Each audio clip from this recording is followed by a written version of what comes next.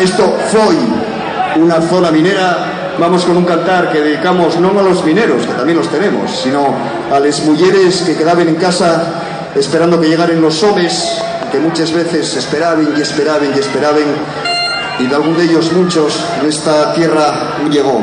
Este cantar, como digo, está dedicado non a ellos, sino a les mulleres que quedaban en casa. Mañana fría.